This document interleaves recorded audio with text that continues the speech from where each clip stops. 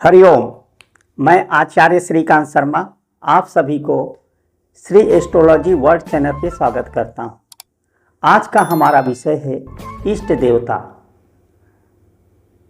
जातक अपने कुंडली से किस प्रकार से अपने इष्ट देवता का पहचान करें। बहुत सारे जातकों का फ़ोन आता है, बहुत सारे व्यक्ति मेरे पास फ़ोन करते हैं कि मैं गुरुजी बहुत दिन से पूजा पाठ कर रहा हूँ लेकिन मुझे कोई फ़ायदा नहीं हो रहा है। तो उसके लिए हमें इष्ट देवता को देखना चाहिए। महर्षि पराशर ने बृहद पराशर होरा शास्त्र के द्वितीय अध्याय, जो अवतार अध्याय के नाम से जाना जाता है, अवतार अध्याय में महर्षि पराशर ने भगवान नारायण अर्थात भगवान विष्णु के अवतारों के बारे में वर्णन किया है। वहाँ पर सभी ग्रहों के देवता बताए हैं। भगवान विष्णु के जितने भी अवतार हुए हैं, सब के एक एक देवता, उनके अवतारों को बताया गया है। जैसे भगवान श्री रामचंद्र जी के अवतार को सूर्य, चंद्रमा से भगवान कृष्ण के अवतार बताए हैं। मंगल से श्री नरसिंह भगवान के अवतार को बताए हैं। बुद्ध से बुद्धावतार। इसी प्रकार से उनके परपौत्र जैमिनी ऋषि ने भी जैमिनी सूत्रम में सिद्धांत बताया है कि किस प्रकार से इष्ट देवता को कुंडली में देखें। देखिए, इष्ट देवता का संबंध हमारे आत्मा से है। 12वें कुंडली के 12वें घर से मोक्ष को देखा जाता है, जो मोक्ष का भाव होता है। जीवन जन्म कुंडली के प्रथम भाव से व्यक्ति का जन्म होता है और ऐसे से उसके जन्म के बाद यहाँ पर वह सांस लेता है। फिर उसकी भुजाओं, वह खेलता कूदता, उसके बचपन, उसके बल, बाहुबल को बताता है। यहाँ पर मातृ सुख को बताता है, घर के सुखों को बताता है। इसी प्रकार से यहाँ पे जब वह पहुँचता है तो मोक्ष को बताता है। 12वें भाव से मोक्ष का बारे में बताया जाता है। मुक्ति, क्योंकि ज्योतिष एक वेदांग है, वेद का अंग है। इसमें आत्मा किस प्रकार से इस भूलोक पे आता है, उसे एक शरीर मिलता है और वो शरीर मिलने के बाद वह उसके किस प्रकार से वो अपने जीवन को अच्छे या बुरे कर्मों के अनुसार वह जीवन चलता है। तो आत्मा का संबंध आत्मकारक ग्रह से होता है। कुंडली का सबसे हाईएस्ट डिग्री का जो ग्रह होता है उसे आत्मकारक ग्रह कहते हैं।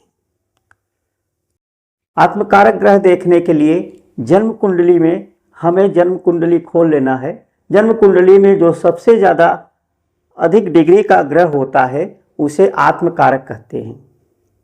आत्मकारक ग्रह को कारकांश कुंडली का वर्णन ऋषियों ने बताया है। बहुत सारे लोग यहाँ से पंचम भाव से देखते हैं, नवम भाव से देखते हैं। वह देखना गलत है, इसका कोई शास्त्रीय प्रमाण नहीं है। हम आपको जो बता रहे हैं उसका पूर्ण शास्त्रीय प्रमाण है। महर्षि पराशर तथा महर्षि जैमिनी ने जैमिनी सूत्रम में इसका पूर्ण वर्णन किया है। कारकांश कुंडली के 12वें भाव के जो लॉर्ड होते हैं, 12वें भाव के जो स्वामी होते हैं, वहाँ से इष्ट देवता को देखा जाता है। क्योंकि जब कारकांश कुंडली बनाया जाता है उसके लिए हमें लग्न कुंडली की भी जरूरत पड़ती है, नवांश कुंडली की भी जरूरत पड़ती है और उसमें जो है आत्मकारक ग्रह की भी जरूरत पड़ता है। आत्मकारक ग्रह, आज हम उदाहरण कुंडली से आपको बताते हैं किस प्रकार से व्यक्ति अपने इष्ट देवता को पहचान सकता है। वैसे तो व्यक्ति जन्म लेता है, अपने घर में जो संस्कार होते हैं, अपने संस्कार के अनुसार या अपने रुचि के अनुसार वह किसी को अपना इष्ट मान लेता है, उनकी पूजा करना अति उत्तम है। आप उनकी भी पूजा करें, उसी प्रकार से करते रहें और रुचि के साथ करें।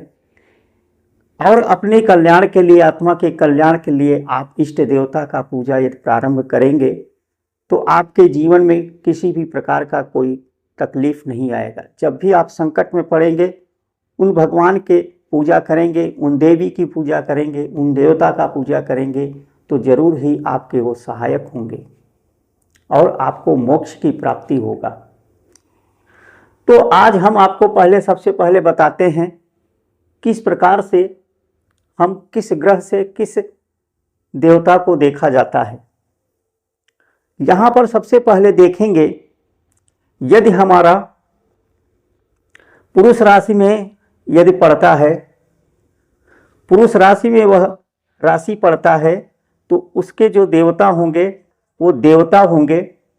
और स्त्री यानी विषम राशि में यदि पड़ेगा, उसके राशि स्वामी यदि विषम राशि के होंगे तो उसके देवता स्त्री राशि में होंगे तो उसके देवता देवी को माना जाएगा। जैसे कि हमने सभी ग्रहों के देवता और देवी दोनों लिखे हुए हैं, क्योंकि सूर्य से दुर्गा जी के श्री मातंगी रूप को बताया जाता है और महर्षि पराशर ने भगवान राम तथा शिव की पूजा करने से व्यक्ति को जीवन में वह तरक्की करता है, सफल होता है, मोक्ष की प्राप्ति करता है। चंद्रमा से माता भुवनेश्वरी, श्री कृष्ण, गौरी, मंगल से श्री बंगलामुखी, श्री नरसिंह भगवान की अवतार बताए गए हैं। मंगल से श्री नरसिंह भगवान, बुध से त्रिपुर सुंदरी, माता त्रिपुर सुंदरी की पूजा करना चाहिए अथवा श्री विष्णु की पूजा करना चाहिए। गुरु से श्री तारा, श्री वामन भगवान की पूजा करना चाहिए या नारायण की पूजा करना चाहिए। शुक्र से श्री कमला अर्थात माता लक्ष्मी की पूजा करने से शुक्र ग्रह के जो भी बल मिलता है, या अन्य माता अन्नपूर्णा या अवतार के रूप में भगवान परशुराम की पूजा करने से सफलता मिलता है। शनि से श्री काली, महाकाली, भद्रकाली की पूजा करने से शनि शांत होते हैं, शनि को बल मिलता है, शनि ग्रह अनुकूल होते हैं। अथवा श्री रुद्र पूजा करने से शनि शांत होते हैं, या रुद्र के रूप में हनुमान जी की पूजा बताया गया है। राहु के लिए माता श्री छिन्नमस्ता की पूजा करने से राहु ग्रह शांत होते हैं, या श्री वराह भगवान। यदि किसी व्यक्ति का राहु की महादशा चल रहा है तो बहुत सारे ज्योतिषी लोग बताते हैं कि भगवान वराह की मूर्ति का पूजा करने से, भगवान वराह की मूर्ति लगाने से उसके घर में कल्याण होता है। केतु यदि पड़ता है तो श्री माता धूमावती या श्री मत्स्य या गणेश जी की पूजा करने से व्यक्ति का कल्याण होता है। अब हम देखते हैं कि कैसे हम इसे जन्म कुंडली में लगा के देखें। जैसे कि हम सभी जानते हैं आजकल सॉफ्टवेयर भी है, सॉफ्टवेयर के माध्यम से भी आप डाल करके अपने कुंडली बना सकते हैं। तो कुंडली में सबसे पहले लग्न कुंडली निकल के आता है। तो लग्न कुंडली में हमें क्या देखना है, ये लग्न कुंडली हो गया, फिर उसका नवांश कुंडली खोलना है।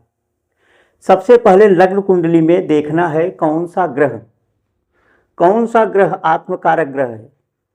कुंडली में सबसे अधिक डिग्री वाला ग्रह आत्मकारक ग्रह होता है। आत्मकारक ग्रहों की श्रेणी में ऋषि पराशर ने सिर्फ 7 ग्रहों को ही लिया है, इसमें राहु और केतु को नहीं लिया जाता।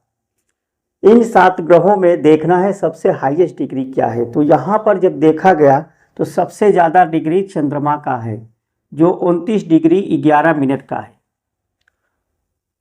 अब चंद्रमा को हमें लग्न कुंडली में नहीं देखना है, चंद्रमा को नवांश कुंडली में देखना है कि नवांश कुंडली में चंद्रमा, क्योंकि अब हम पहले कारकांश कुंडली बनाएंगे। सबसे पहले कारकांश कुंडली बनाना है। कारकांश कुंडली बना के कारकांश कुंडली के 12वें भाव में जो भी ग्रह बैठे हैं या जो राशि है उसके स्वामी की पूजा करने से वही उसका इष्ट देव होगा। तो ध्यान से देखिए, यहाँ पे सबसे पहले हम यहाँ पे देख लिए हमारा आत्मकारक ग्रह चंद्रमा है। नवांश कुंडली में देखेंगे चंद्रमा कहाँ पे है। चंद्रमा नवांश कुंडली में देख रहे हैं तो ये 11वें भाव में है। ये किस राशि में बैठा है? ये हमारा मिथुन राशि में बैठा है। अब सिर्फ यहाँ पर हमें देख लेना है कि ये मिथुन राशि में है, तो मिथुन राशि ही हमारा लग्न कुंडली में जाके मिथुन राशि को ट्रिक कर लेना है। ये मिथुन राशि से पूरे कुंडली को बना देना है। यहाँ पे मिथुन लिख देना, मिथुन राशि लिखना है, बाकी जो ग्रह है उसको इसी तरह से बना देना है। अब मैं आपको समझा देता हूँ। तो यहाँ पर हो गया ये हमारा ये कारकांश कुंडली,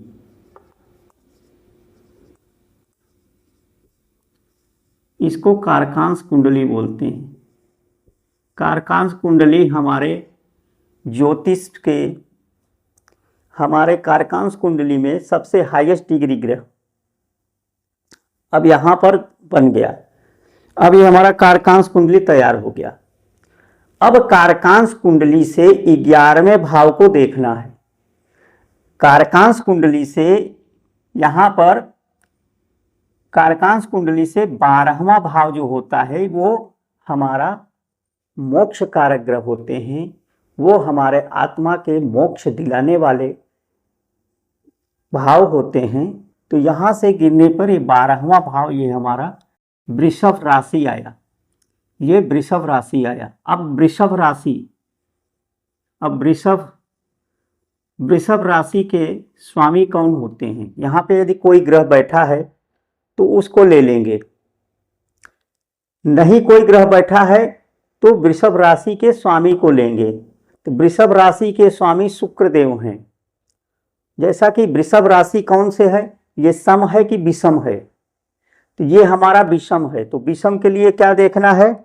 विषम के लिए स्त्री राशि, विषम हमारा स्त्री राशि है। तो स्त्री राशि से हमें देवी को देखना है। तो इस जातक के लिए, शुक्र के लिए श्री कमला अर्थात माता लक्ष्मी का पूजा करना। इसके इष्ट देवता या इष्ट देवी माता लक्ष्मी हैं। अगर यहाँ पर हमारा 1 नंबर होता, यहाँ पर 1 नंबर होता तो हम जो है पुरुष राशि देखते और पुरुष राशि से भगवान परशुराम की पूजा करने से व्यक्ति क्या कल्याण होता। तो यहाँ पे वृषभ राशि है, क्योंकि वृषभ राशि स्त्री जातक राशि है, इसलिए देवी का पूजा करने से इस व्यक्ति का कल्याण होगा। तो इस व्यक्ति के लिए वृषभ, या यहाँ पर 7 नंबर की राशि भी होती तो भी तुला के लिए भी वृषभ मतलब शुक्र ही होता। तो शुक्र के लिए भगवान माता अन्नपूर्णा या लक्ष्मी की उपासना करने से इस जातक को लक्ष्मी माता का पूजा करने से कल्याण होगा। श्री सूक्त का पाठ करने से कल्याण होगा। लक्ष्मी गायत्री मंत्र पढ़ने से कल्याण होगा। ऐसा व्यक्ति यदि लक्ष्मी गायत्री मंत्र का जाप करे, श्री सूक्तम का पाठ करे, तो ये व्यक्ति दिन दूना रात चौगुना सफलता मिलेगा। इसके ऊपर किसी प्रकार का कोई बाधा नहीं आएगा। घोर से घोर संकट में होने के बावजूद भी वह उस संकट से निकल जाएगा।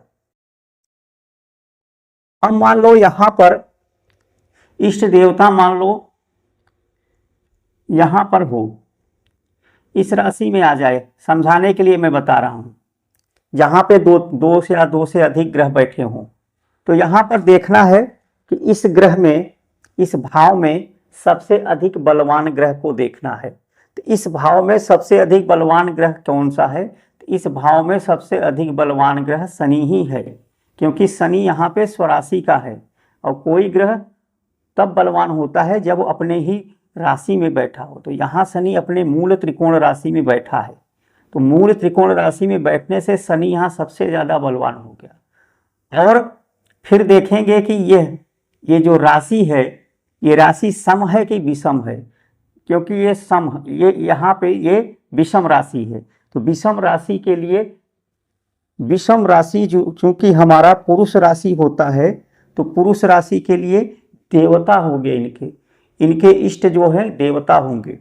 तो यहाँ पर शनि को देखना है, तो शनि के माता भद्रकाली, श्री रुद्र अर्थात भगवान रुद्र की पूजा करने से, शिव की पूजा करने से या हनुमान जी की पूजा करने से इनके इष्ट जो है भगवान शिव होंगे।